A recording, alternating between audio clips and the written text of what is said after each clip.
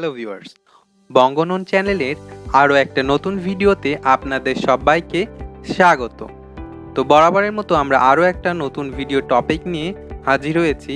তো আজকের ভিডিও টপিকটা হচ্ছে সহজে টেন্স মনে রাখার উপায়। তো গ্রামারের ভিত্তি হচ্ছে টেন্স। তো টেন্স না জানলে কোনো গ্রামারই ঠিকঠাকভাবে শেখা সম্ভব নয়। অনেকেরই টেন্স চিনতে অনেক ধরনের অসুবিধা হয়, যে কোনটা প্রেজেন্ট টেন্স, কোনটা পাস্ট টেন্স, কোনটা ফিউচার টেন্স। এছাড়াও পরীক্ষায় অনেক ধরনের ভুল হয়ে যায় টেন্স চিনতে। তো আজকে আমরা এই ভিডিওর মাধ্যমে এই সকল সমস্যার সমাধান করব। তো চলুন ভিডিওটা শুরু করা যাক। ক্রিয়া নিষ্পন্ন হওয়ার সময়কেই টেন্স বলে। এখানে আমরা দেখতে পাচ্ছি দুইজন ব্যক্তি কিছু ব্লক দিয়ে একটা স্ট্রাকচার তৈরি করছে। অপরদিকে একজন ব্যক্তি কিছু সংখ্যক বাচ্চাদের গল্প শোনাচ্ছে। তো আমরা আগেই বলেছি যে ক্রিয়া নিষ্পন্ন হওয়ার সময়কেই টেন্স বলে। তো এখানে দুইটা ক্রিয়া সম্পাদন হচ্ছে, এক তারা একটা স্ট্রাকচার বানাচ্ছে, আর আরেক দিকে ব্যক্তিটা গল্প শোনাচ্ছে। তো এটা দুটা হচ্ছে ক্রিয়া। এই ক্রিয়া দুইটা নিষ্পন্ন বা সম্পন্ন হওয়ার সময়কেই আমরা বলবো টেন্স।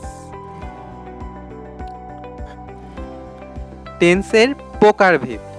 টেন্সকে আমরা প্রধানত তিন ভাগে ভাগ করতে পারি: present tense, past tense, future tense. Present tense অর্থাৎ বর্তমানকাল, অর্থাৎ বর্তমানে কোনো ঘটনা ঘটছে বা চলছে বোঝালে আমরা বলতে পারি সেটা প্রেজেন্ট টেন্স। আবার অতীতে কোনো ঘটনা হয়েছিল বা ঘটেছিল বোঝালে সেটাকে আমরা বলি পাস্ট টেন্স। এরপরে ফিউচার টেন্সের ক্ষেত্রে আমরা বলতে পারি ভবিষ্যতে কোনো ঘটনা হবে বা ঘটবে এরকম বোঝালে আমরা সেই টেন্সটাকে বলি ফিউচার টেন্স। প্রেজেন্ট টেন্সকে আমরা আবার চার ভাগে ভাগ করতে পারি: present indefinite tense, present continuous tense, present perfect tense, present perfect continuous tense. Past টেন্সকেও আমরা চার ভাগে ভাগ করতে পারি: past indefinite tense, past continuous tense, past perfect tense, past perfect continuous tense. Future টেন্সকেও আমরা চার ভাগে ভাগ করতে পারি: future indefinite tense, future continuous tense, future perfect tense, future perfect continuous tense. এরপরে আমরা চলে যাচ্ছি প্রেজেন্ট ইনডিফিনিট টেন্স কাকে বলে। ভার্বের যে রূপ দ্বারা কোনো কাজ বর্তমানে হয় বা হয়ে থাকে বোঝায় তাকে প্রেজেন্ট ইনডিফিনিট টেন্স বলে। বাংলায় চেনার উপায়: ক্রিয়ার শেষে এ, ই, অ, ও ইত্যাদি থাকে। গঠন প্রণালী: সেন্টেন্সের প্রথমে সাবজেক্ট, তারপর মূল ভার্ব এবং শেষে অবজেক্ট বা কমপ্লিমেন্ট বসে। সুতরাং স্ট্রাকচারটা হবে subject plus verb plus object. Example: আমি কাজটি করি, আই ডু দ্য ওয়ার্ক। এখানে আইটা হচ্ছে সাবজেক্ট, ডুটা হচ্ছে ভার্ব, দ্য ওয়ার্ক হচ্ছে অবজেক্ট। আমরা পানি পান করি, উই ড্রিঙ্ক ওয়াটার। এখানে উইটা হচ্ছে সাবজেক্ট, ড্রিঙ্কটা হচ্ছে ভার্ব, আর ওয়াটারটা হচ্ছে অবজেক্ট। এরপরে আমরা চলে যাচ্ছি প্রেজেন্ট কন্টিনিউয়াস টেন্স কাকে বলে। বর্তমানে কোনো ঘটনা ঘটছে বা চলছে বোঝালে প্রেজেন্ট কন্টিনিউয়াস টেন্স হয়। বাংলায় চেনার উপায়: ক্রিয়ার শেষে তেসি, তেসো, তেসেন ইত্যাদি থাকে। Structure: subject plus am is are plus verb এর সাথে আইএনজি প্লাস অবজেক্ট। এক্সাম্পল: আমি কাজটি করতেছি, I am doing the work. এখানে আই হচ্ছে সাবজেক্ট, অ্যাম হচ্ছে সাহায্যকারী ভার্ব, ডু এই ভার্বের সাথে আইএনজি যুক্ত হয়েছে এবং লাস্টে দ্য ওয়ার্ক হচ্ছে অবজেক্ট। দ্বিতীয় এক্সাম্পলের ক্ষেত্রে আমরা দেখতে পাচ্ছি সে বইটি পড়তেছে, he is reading the book. এখানে হি হচ্ছে সাবজেক্ট, ইজ হচ্ছে সাহায্যকারী ভার্ব, রিড ভার্বের সাথে আইএনজি যুক্ত হয়েছে, আর বুকটা হচ্ছে অবজেক্ট। এরপরে আমরা চলে যাচ্ছি প্রেজেন্ট পারফেক্ট টেন্স কাকে বলে। কোনো কাজ শেষ হয়েছে অথচ তার ফল বর্তমান বোঝালে প্রেজেন্ট পারফেক্ট টেন্স হয়। বাংলায় চেনার উপায়, বাংলায় ক্রিয়াটি শেষে ইয়াছি, ইয়াছো, ইয়াছে থাকবে। স্ট্রাকচার সাবজেক্ট প্লাস হ্যাভ বা হ্যাজ প্লাস ভার্ব এর past participle form plus object. Example, আমি কাজটি করিয়াছি, I have done the work. এখানে আই হচ্ছে সাবজেক্ট, হ্যাভটা হচ্ছে সাহায্যকারী ভার্ব, ডু ভার্বের পাস্ট পার্টিসিপল হচ্ছে ডান, আর দ্য ওয়ার্ক এখানে অবজেক্ট। অ্যানাদার এক্সাম্পলের ক্ষেত্রে দেখছি সে বইটি পড়িয়াছে, he has read the book. এখানে হি হচ্ছে সাবজেক্ট, হ্যাজ হচ্ছে সাহায্যকারী ভার্ব হিসাবে বসছে, রিড ভার্বের পাস্ট পার্টিসিপল ফর্ম হচ্ছে রিড, দ্য বুক এখানে অবজেক্ট। এরপরে চলে যাচ্ছি প্রেজেন্ট পারফেক্ট কন্টিনিউয়াস টেন্স কাকে বলে। কোনো কাজ পূর্বে আরম্ভ হয়েছে এখনও চলছে বোঝালে প্রেজেন্ট পারফেক্ট কন্টিনিউয়াস টেন্স হয়। বাংলায় চেনার উপায়, এক্ষেত্রে সহজ একটি পদ্ধতি হলো বাক্যের মধ্যে যাবত বা ধরে কথাটি থাকবে, অর্থাৎ যেহেতু কাজটি শুরু হয়েছে চলছে বুঝাবে, কিন্তু কাজ শেষ হয়েছে তা প্রকাশ করবে না, মনে রাখতে হবে কাজটি চলছে বুঝাবে। স্ট্রাকচারটা হচ্ছে subject plus have been has been plus verb plus ING এবং শেষে অবজেক্ট। এক্সাম্পল, সে 5 ঘন্টা যাবত ঘুমাচ্ছে, he has been sleeping for 5 hours. এখানে যাবত কথাটি যেহেতু উল্লেখ আছে, এটা একটা প্রেজেন্ট পারফেক্ট কন্টিনিউয়াস টেন্স। এখানে হিটা হচ্ছে সাবজেক্ট, হ্যাজ বিন এখানে সাহায্যকারী ভার্ব হিসাবে বসছে, ভার্ব স্লিপের সাথে আইএনজি যুক্ত হয়েছে, ফর 5 আওয়ার্স এখানে অবজেক্ট হিসাবে বসছে বা সময়ের উল্লেখটা বোঝাচ্ছে বা যাবত বোঝাচ্ছে। শাহেদ 30 মিনিট যাবত পড়াশোনা করছে, Shahed has been reading for 30 minutes. এখানে শাহেদটা হচ্ছে সাবজেক্ট, হ্যাজ বিন হচ্ছে সাহায্যকারী ভার্ব হিসাবে বসছে, রিড ভার্বের সাথে আইএনজি যুক্ত হয়েছে, আর ফর 30 মিনিটস অর্থাৎ সময়ের উল্লেখ বোঝাচ্ছে বা যাবত বোঝাচ্ছে। এরপরে আসতেছে পাস্ট ইনডিফিনিট টেন্স কাকে বলে। কর্তা কিছু করেছিল বুঝায়, কাজটি একেবারে শেষ হয়েছিল বুঝায়, যার ফল এখন আর নেই এমন বুঝালে পাস্ট ইনডিফিনিট টেন্স হয়। বাংলায় চেনার উপায়, গেছিলাম, খেয়েছিলাম, গিয়েছিল, খেয়েছিল ইত্যাদি। Structure subject plus past form of main verb অর্থাৎ মেন ভার্বের পাস্ট ফর্ম আর শেষে অবজেক্ট। উদাহরণ, আমি ভাত খেয়েছিলাম, আই অ্যাট রাইস। এখানে আইটা হচ্ছে সাবজেক্ট, ইট এর পাস্ট ফর্ম হচ্ছে অ্যাট, আর রাইসটা এখানে অবজেক্ট। দ্বিতীয় এক্সাম্পলের ক্ষেত্রে আমি ঢাকা গিয়েছিলাম, আই ওয়েন্ট টু ঢাকা। আইটা এখানে সাবজেক্ট, ওয়েন্ট টু এখানে হচ্ছে ওয়েন্টটা গো এর পাস্ট ফর্ম, আর টু ঢাকা অবজেক্ট হিসাবে বসছে। 3 নাম্বারটার ক্ষেত্রে আমরা দেখতেছি সে আমার কাছে এসেছিল, হি কেম টু মি। হিটা এখানে সাবজেক্ট, কেম হচ্ছে কামের পাস্ট ফর্ম, টু মি এখানে অবজেক্ট হিসাবে বসছে। চতুর্থ এক্সাম্পলের ক্ষেত্রে দেখতে পাচ্ছি আমি ঢাকা যাইনি বা যাই নাই, I did not go to Dhaka. এখানে আইটা হচ্ছে সাবজেক্ট, ডিডটা হচ্ছে ডু ভার্বের পাস্ট ফর্ম, তার সাথে নট যুক্ত ছিল, আর গো টু ঢাকা এখানে হচ্ছে অবজেক্ট হিসাবে বসবে। এরপরে পাস্ট কন্টিনিউয়াস টেন্স কাকে বলে। কর্তা কিছু করছিল বা করিতেছিল বুঝায়, অর্থাৎ অতীতে কোনো কাজ চলছিল বা চলিতেছিল বুঝায়, এমন বুঝালে পাস্ট কন্টিনিউয়াস টেন্স হয়। বাংলায় চেনার উপায়, যাচ্ছিলাম, খাচ্ছিলাম, যাচ্ছিল, খাচ্ছিল, খেলছিল, ধরছিল ইত্যাদি। স্ট্রাকচার সাবজেক্ট প্লাস ওয়াজ বা were plus main verb plus ING plus object. উদাহরণ, আমি ভাত খাচ্ছিলাম, আই ওয়াজ ইটিং রাইস। এখানে আইটা হচ্ছে সাবজেক্ট, ওয়াজ এখানে সাহায্যকারী ভার্ব হিসেবে বসছে, ইট ভার্বের সাথে আইএনজি যুক্ত হয়ে ইটিং হয়েছে, রাইসটা এখানে অবজেক্ট হিসেবে বসেছে। এরপরে সে একটা পাখি ধরছিল, হি ওয়াজ ক্যাচিং এ বার্ড। হিটা এখানে সাবজেক্ট, ওয়াজটা এখানে সাহায্যকারী ভার্ব হিসাবে বসছে। ক্যাচ ভার্বের সাথে আইএনজি যুক্ত হয়ে ক্যাচিং হয়েছে, অর্থাৎ ক্যাচ এখানে মেন ভার্ব, তার সাথে আইএনজি যুক্ত হয়ে ক্যাচিং, আর এ বার্ডটা এখানে অবজেক্ট। 3 নাম্বার এক্সাম্পলের ক্ষেত্রে দেখতেছি, আমি তোমার জন্য অপেক্ষা করছিলাম, I was waiting for you. আইটা এখানে সাবজেক্ট, ওয়াজটা এখানে সাহায্যকারী ভার্ব হিসেবে বসছে। ওয়েট ভার্বের সাথে আইএনজি যুক্ত হয়ে ওয়েটিং, ফর ইউ এখানে অবজেক্ট হিসাবে বা এক্সটেনশন হিসাবে বসেছে। এরপরে পাস্ট পারফেক্ট টেন্স কাকে বলে? অতীতে দুটি কাজ হচ্ছিল, একটি কাজ আগে, অন্য কাজটি পরে হচ্ছিল। যে কাজটি আগে হয়েছিল সেটি পাস্ট পারফেক্ট টেন্স, আর যে কাজটি পরে হয়েছিল সেটি পাস্ট ইনডিফিনিট টেন্স হবে। বাংলায় চেনার উপায়।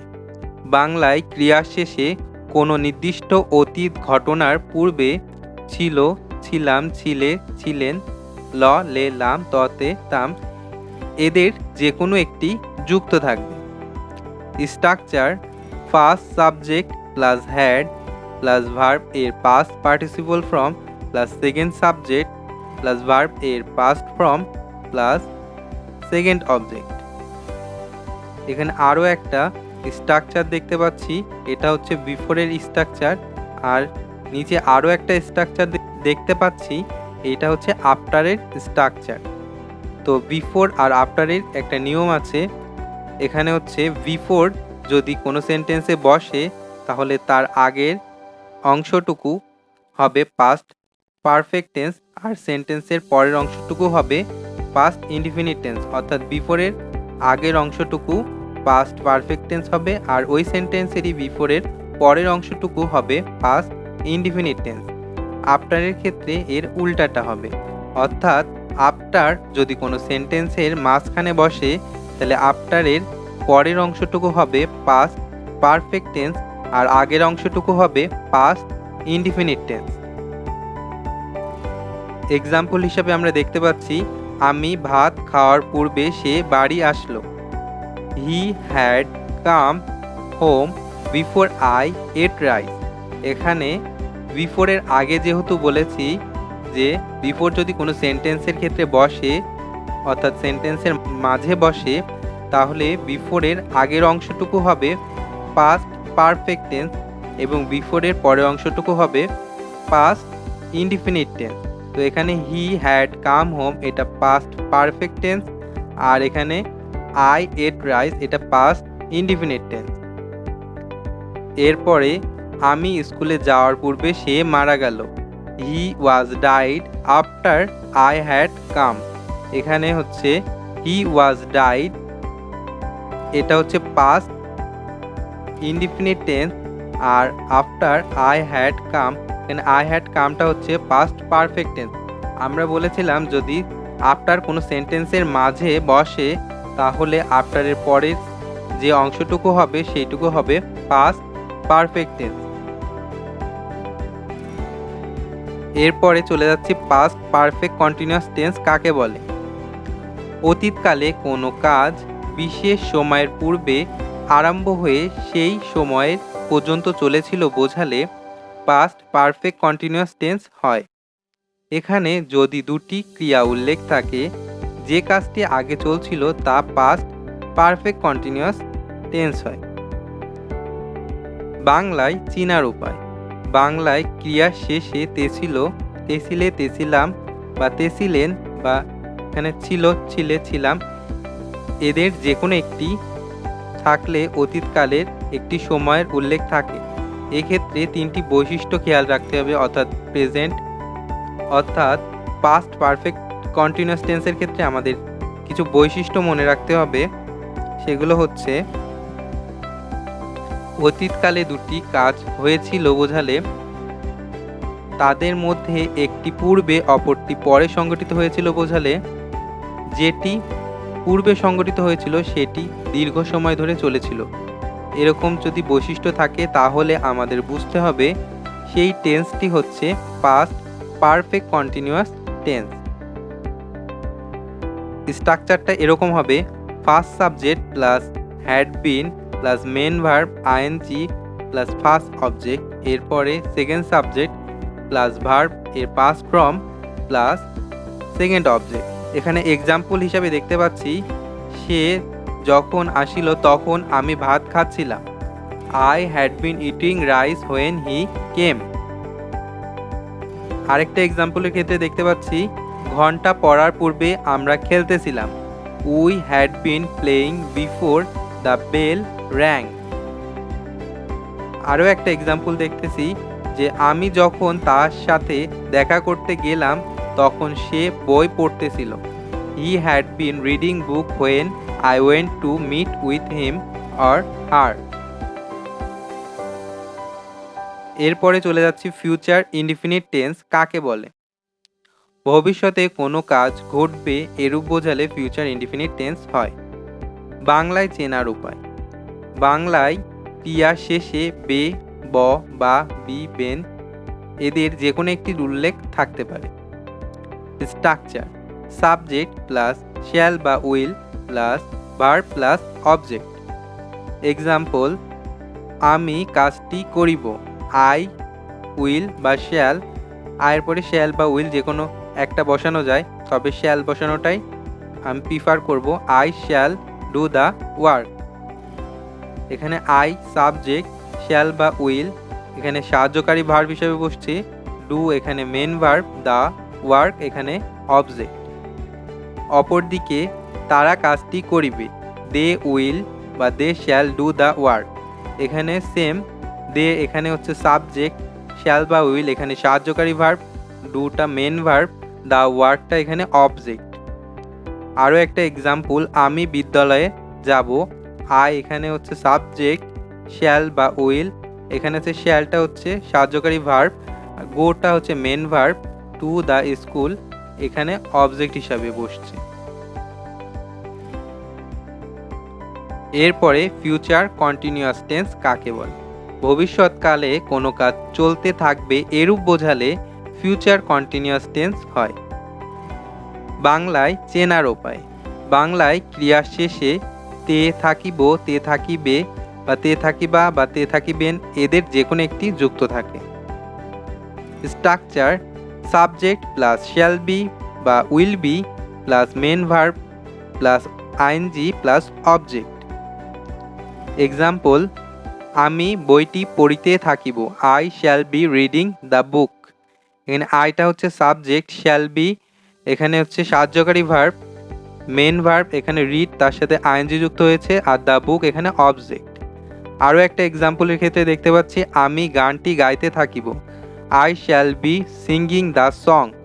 এখানে আইটা হচ্ছে সাবজেক্ট, শ্যাল এখানে হচ্ছে শ্যাল বি সাহায্যকারী ভার্ব হিসেবে বসছে, আর সিং ভার্বের সাথে আইএনজি যুক্ত হয়েছে, দ্য সং অবজেক্ট এখানে। আরও একটা এক্সাম্পলের ক্ষেত্রে দেখতে পাচ্ছি, they will be playing football. দেটা এখানে সাবজেক্ট, উইল বি এখানে হচ্ছে সাহায্যকারী ভার্ব হিসেবে বসছে, প্লেয়িং ফুটবল এখানে প্লে ভার্বের সাথে আইএনজি যুক্ত হয়েছে, আর ফুটবলটা এখানে অবজেক্ট। এরপরে ফিউচার পারফেক্ট টেন্স কাকে বলে। ভবিষ্যৎকালে কোনো নির্দিষ্ট সময়ের মধ্যে কোনো কাজ হয়ে যাবে বোঝালে বা দুটি কাজের মধ্যে একটি আগে হবে বোঝালে ফিউচার পারফেক্ট টেন্স হয়। ভবিষ্যৎকালে দুটো কাজের মধ্যে যে কাজটি আগে হবে তা ফিউচার পারফেক্ট টেন্স, আর পরেরটা সিম্পল প্রেজেন্ট টেন্স হয়। বাংলায় চেনার উপায়, বাংলায় ক্রিয়া শেষে আ থাকিব, আ থাকিবা, আ থাকিবে বা আ থাকিবেন এদের যে কোনো একটি যোগ করা থাকলে ফিউচার পারফেক্ট টেন্স হয়। Structure, first subject plus shall have বা উইল হ্যাভ প্লাস ভার্ব এর past participle form plus first object plus before second subject main verb plus second object. Example, বাবা আসার আগে আমি কাজটি করিয়া থাকিব। I shall have done the work before my father comes. আমি বিকাল 4টার মধ্যে বইটি পড়িয়া থাকিব। I shall have finish reading the book by 4 PM। এরপরে ফিউচার পারফেক্ট কন্টিনিউয়াস টেন্স কাকে বলে? এটা হচ্ছে টেন্সের সর্বশেষ ভবিষ্যৎকালে কোনো সময়ের মধ্যে কোনো কাজ চলতে থাকবে এরূপ বোঝালে ফিউচার পারফেক্ট কন্টিনিউয়াস টেন্স হয়। ভবিষ্যৎকালে দুটি কাজের মধ্যে যে কাজটি আগে চলতে থাকবে তা ফিউচার পারফেক্ট টেন্স হয়, আর যে কাজটি পরে চলতে থাকবে তা সিম্পল প্রেজেন্ট টেন্স হয়। বাংলায় চেনার উপায়: বাংলায় ক্রিয়া শেষে তে থাকিব, তে থাকিবে, তে থাকিবা, তে থাকিবেন এদের যে কোনো একটি উল্লেখ থাকবে। Structures: first subject plus shall have been বা will have been plus main verb তার সাথে ING plus first object, second subject plus main verb plus second object. তুমি ফিরে না আসা পর্যন্ত আমরা তোমার জন্য অপেক্ষা করতে থাকব। We shall have been waiting for you until you come back. Another example: বাবা আসার আগে আমি কাজটি করিতে থাকিব। I shall have been doing the work before my father come. তো ভিউয়ার্স, এতক্ষণ পর্যন্ত আমার সাথে থাকার জন্য অনেক ধন্যবাদ, এবং ভিডিওটি আপনাদের কেমন লাগলো অবশ্যই আমার কমেন্ট বক্সে অবশ্যই কমেন্ট করে জানাবেন, এবং এরকম আরও নতুন নতুন ভিডিও পেতে আমার চ্যানেলটাকে অবশ্যই লাইক, কমেন্ট, শেয়ার করবেন, এবং আমার চ্যানেলের ভিডিওর আপডেট পেতে আমার চ্যানেলটাকে সাবস্ক্রাইব করে বেল নোটিফিকেশনটা অন করে রাখবেন। ধন্যবাদ।